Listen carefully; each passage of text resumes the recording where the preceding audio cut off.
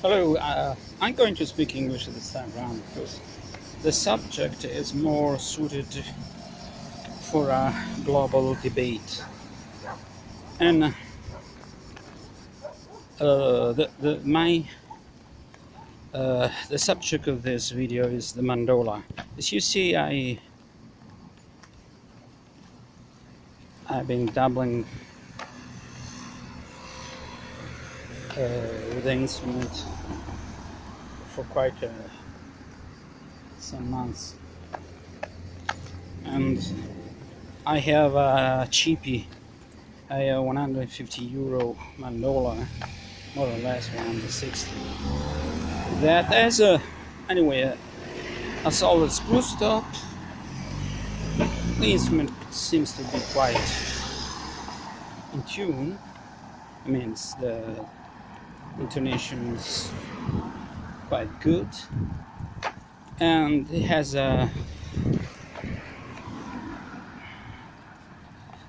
doesn't have a ball back, and has a central sound port. I recently switched to low octave, high octave, lowest strings tuning. Sorry, I am in the middle of something, literally, of a street. And I think that the fact that the Mandola is not good for some genres of music is a self-fulfilling prophecy. I mean, I found personally the mandolin to be too high pitched for most things I do, and I think that mandolin is quite good for soloing in a combo. I mean, with other people, left alone to accompany a human voice, mainly a male voice. It doesn't cut it. I mean, it's not really, it's too high pitched. It's even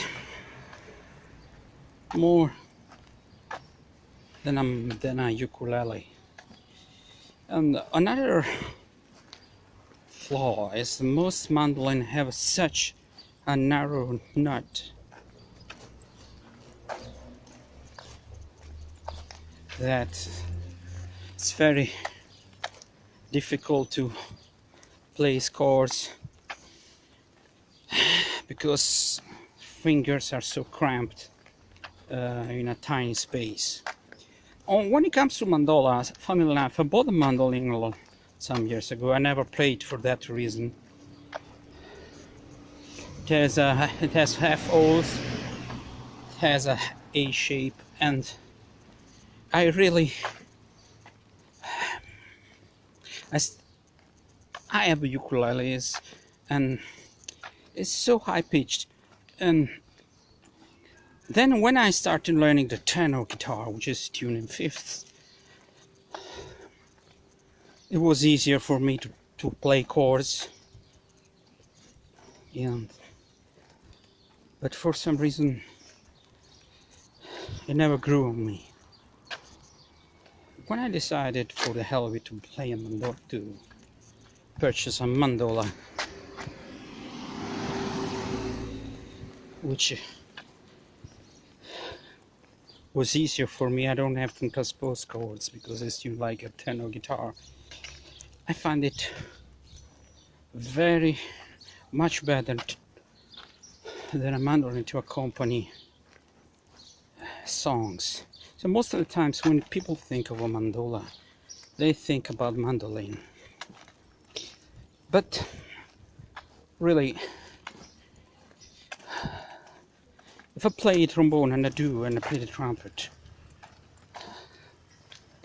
I don't think of a trombone or an instrument that it's going to do what the trumpet does, because it's not a trumpet. So always comparing mandola with mandolin despite that they belong to the same family, is a kind of smoke herring.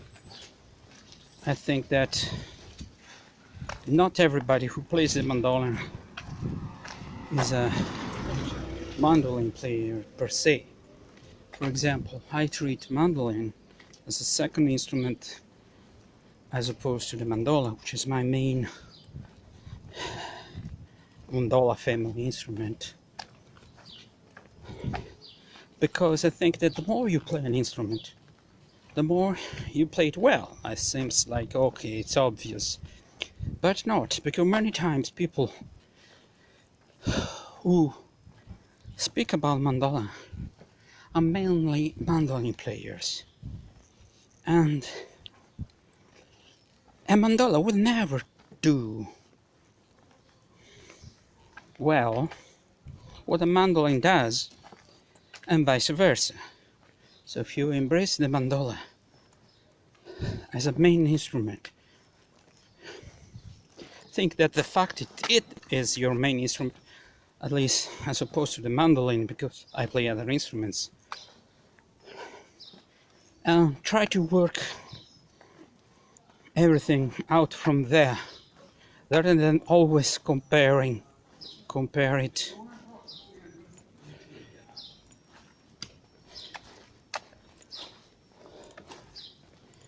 So, sorry.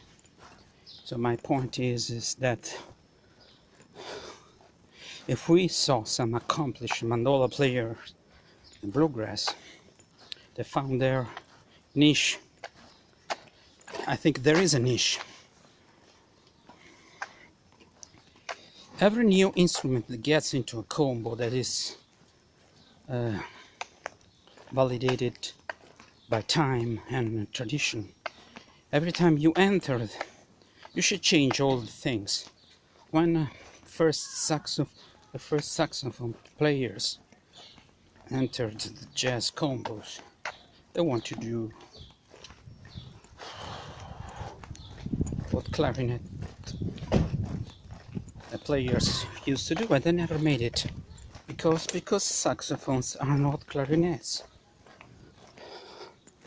They have the power almost of a trumpet and the agility of a clarinet. And you have to use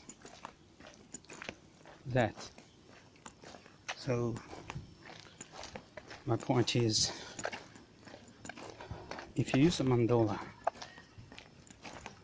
don't expect a mandola to be as brilliant as a mandolin. You can play melodies, you can play whatever you want, but exploit the fact it has a lower string, and it can play chords in a better way than a mandolin.